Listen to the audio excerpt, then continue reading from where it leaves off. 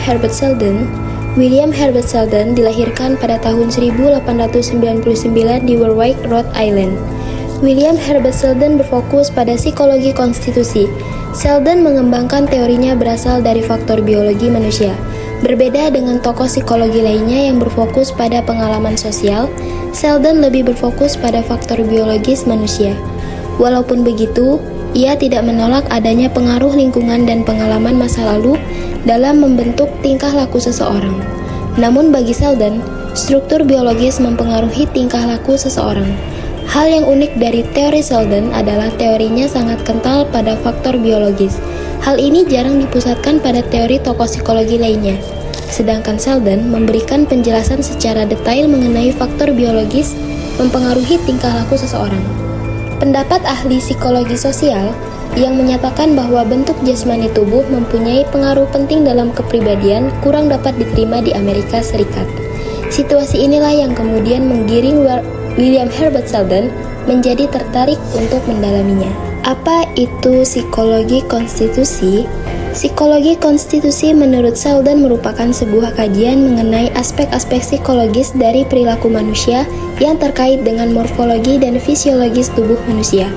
Konstitusi merupakan aspek yang secara relatif tidak berubah dalam diri individu, seperti halnya morfologi tubuh, bentuk dan struktur tubuh, fungsi kelenjar endokrin. Sheldon menunjukkan bahwa fungsi-fungsi tubuh manusia akan berdampak pada perilaku manusia.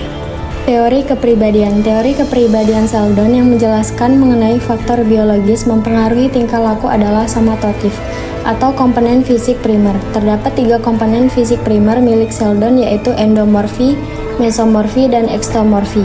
Teori ini didasarkan pada psikologi konstitusi terdahulu. Teori Sheldon didasari pada penjelasan dari Hippocrates mengenai konstitusi humors, phrenologi, dan Franz Joseph Gell, dan konstitusi fisik milik Ernest Krestemer. Ketika tokoh tersebut menjelaskan tentang faktor biologi seseorang mempengaruhi tingkah laku orang tersebut. Konstitusi humors dari Hippocrates. Hippocrates dikenal sebagai bapak ilmu kedokteran modern dan pelopor dari psikologi konstitusi. Dalam teorinya, Hippocrates mengembangkan teori mengenai 2 kelompok fisik manusia, yaitu fisik kekar dan berotot kuat, dan fisik kurus lemah lembut. Pada kelompok fisik yang kekar kuat umumnya lebih sering mengalami stroke atau penyakit kardiovaskular dan trombosis. Sedangkan kelompok fisik yang kurus lemah lembut lebih sering mengalami penyakit tuberkulosis. Mengikuti pandangan Empedocles, yakni terdapat unsur udara, air, api, dan tanah. Hippocrates membentuk 4 humors dalam mengelompokkan temperamental seseorang. Menurut Hippocrates, cairan dalam tubuh manusia dapat menentukan temperamental seseorang. Darah lendir empedu hitam dan empedu kuning merupakan cairan yang dimasuk oleh Hippocrates dalam teorinya. Berikut ini tipe kepribadian menurut jumlah dominan cairan dalam tubuh seseorang. Yang pertama ada choleric. Seseorang yang lebih dominan pada empedu kuning digambarkan sebagai orang yang penuh gairah, impulsif, antusias, dan optimis. Yang kedua ada melancholic. Seseorang yang lebih dominan pada empedu hitam digambarkan sebagai seorang yang pesimis dan depresif. Ektomorfik digambarkan sebagai linear, kurus, biasanya tinggi, rapuh, berotot ringan, dada datar, dan halus.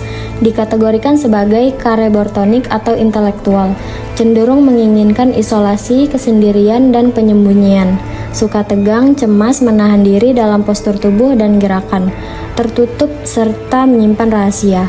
Yang kedua, mesomorfik, digambarkan sebagai keras, kasar, berbentuk segitiga, dibentuk secara atletik dengan otot yang cukup berkembang dengan baik, kulit tebal, serta postur tubuh yang baik. Dikategorikan sebagai somatotonik, cenderung suka petualangan fisik dan suka mengambil resiko, dan bersikap gencar, berani, tegas, langsung, dan dominan.